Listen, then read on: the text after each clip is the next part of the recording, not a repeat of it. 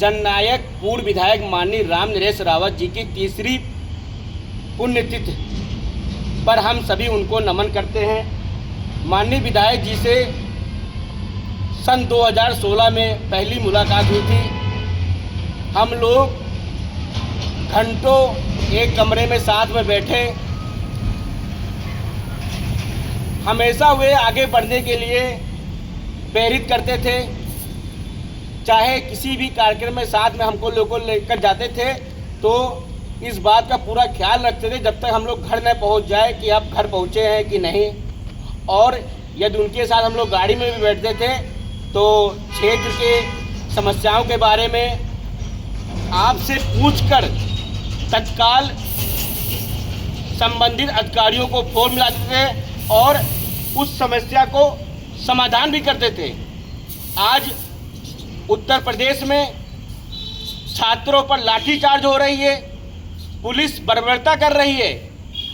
माननीय विधायक जी के रहते समय बछरावा विधानसभा ही नहीं, आसपास के जिले में भी यदि पुलिसकर्मी किसी भी कार्यकर्ता को या किसी भी स्थानीय व्यक्ति को परेशान करती थी, पैसे लेती थी, तो माननीय विधायक जी उस पुलिसकर्मी को, वो चाहे एसएचओ रैंक पर क्यों ना हो, उसको अपने पास बुलाकर उस गरीब व्यक्ति का, उस कार्यकर्ता का पैसा वापस कराने का काम करते थे। न जाने कितने मामले बछरावा विधानसभा में हुए। जब कार्यकर्ताओं को पुलिस ने परेशान किया तो सबसे पहले माननीय विधायक जी ने उस पुलिसकर्मी को बुलाकर उससे माफ़ी तक मंगवाने का काम किया। आज माननीय विधायक जी हमारे बीच में नहीं है। कई लोग मौका परस्त लोग आते हैं, फोटो खिंचाते हैं, वो चाहे खाद की किल्लत हो, चाहे बिजली समस्या क्यों ना हो, सिर्फ फोटो खिंचाते हैं, सोशल मीडिया में पोस्ट करते हैं। लेकिन एक मात्र ऐसा विधायक जो जनता से जुड़ा हुआ था, जो अत्यधिक बारिश होती थी तो रात के 3 बजे निकलकर लोगों के बस्तियों में, झुग्गी झोपड़ियों में जो स्थानीय लोग रहते थे, हर घर जाकर उनका हाल चाल लेते थे। कोरोना के समय जब अपनों ने अपनों का साथ छोड़ दिया, अपनों की मिट्टी में लोगों ने जाना छोड़ दिया, लोग घर से नहीं निकल रहे थे, लोग एक दूसरे तक पहुंच नहीं पा रहे थे, लोग एक दूसरे की मदद नहीं कर रहे थे। उस कोविड काल में बछरावा विधानसभा के लोगों की मदद करना, लोगों के घर जाना और इस बात का ख्याल रखना कि आपको किसी भी प्रकार की समस्या न हो। बछरावा के लोग यदि देश के किसी भी कोने में, किसी भी राज्य में फंसे थे तो माननीय विधायक जी उसको सकुशल घर लाने के लिए चिंतित रहते थे। माननीय विधायक जी के कार्यों को हम सभी लोग हमेशा याद करेंगे, उनके हुए बताए हुए मार्गों पर हमेशा चलने का प्रयास करेंगे और माननीय विधायक जी का नाम हम लोग हमेशा जिंदा रखें। माननीय विधायक जी हमारे बीच में नहीं है, लेकिन उनका नाम हम लोग सदैव जिंदा रखें। माननीय विधायक जी कहा करते थे, खून के रिश्तों से बड़ा विचारों का रिश्ता होता है, खून के रिश्तों से बड़ा विचारों का रिश्ता होता है। तरक्की करना है तो स्थान परिवर्तन करिए और बच्चों को उच्च शिक्षा से जोड़िए और खेती आधारित जीवन जीना छोड़ दीजिए।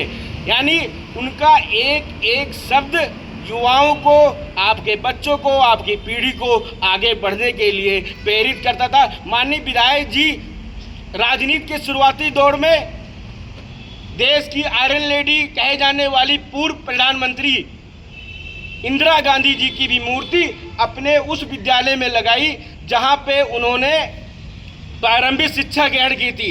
आज उन्होंने मूर्ति लगाने के पीछे अपना ये राय दिया कि पहले ज़माने में बेटियों को इतनी शिक्षा नहीं दी जाती थी, बेटियों को शिक्षित करने के लिए उनके अधिकार दिलाने के लिए कहा जाता था कि बड़ी इंदिरा बनी घूम रही हो। तो बेटियों को शिक्षित करने के गांव वाले भी एक महिला को जाने कि हम देश की महिला, एक महिला देश की प्रधानमंत्री है। और उसी प्रांगण में बाबा साहेब भीमराव अंबेडकर जी की भी मूर्ति उन्होंने लगवाई। आज माननीय विधायक जी हमारे बीच में नहीं है, उनकी भी मूर्ति उसी विद्यालय में लगी है जहाँ उन्होंने प्रारंभिक शिक्षा ग्रहण की थी। एक मूर्ति सफदरगंज में पारिजात में लगी है, एक मूर्ति दौलतपुर में लगी है। और हम लोग भारतीय जनता पार्टी के जिला मंत्री और नेता माननीय विधायक जी के पुत्र अरुण रावत जी से मांग भी करेंगे और भाजपा नेत्री हम सबकी अभिभावक सरोज रावत जी से भी मांग करेंगे। और हम सभी कार्यकर्ताओं की एक इच्छा है, बछरावा के कार्यकर्ताओं की इच्छा है कि एक मूर्ति हमारे बछरावा विधानसभा में भी लगे।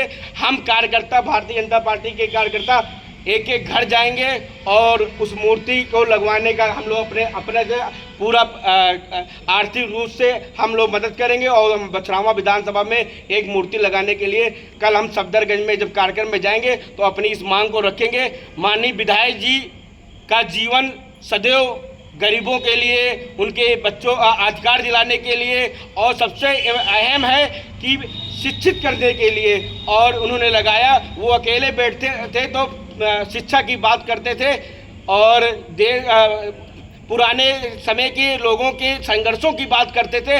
उन्होंने जो संघर्ष किया है, कैसे बाढ़ पीड़ितों की मदद करना, कैसे अन्य राज्यों में कोई भी प्राकृतिक घटना होती थी तो सबसे पहले वहां पे जाके राहत शिविर लगाना और स्वयं राहत शिविर में रहना। आज के नेता जाते हैं हवाई जहाज से निरीक्षण करते हैं और चले जाते हैं, सोशल मीडिया में पोस्ट हो जाता है, लेकिन उस समय लोगों के बीच में जाना, राहत कैंप लगाना, लोगों की मदद करना और उस कैंप में स्वयं रात बिताना, तो बहुत संघर्षों में उनका जीवन रहा है। उनका एक एक संघर्ष हम लोगों को प्रेरणा देगा और हम लोग उनके मार्गों पर चलने का काम करेंगे।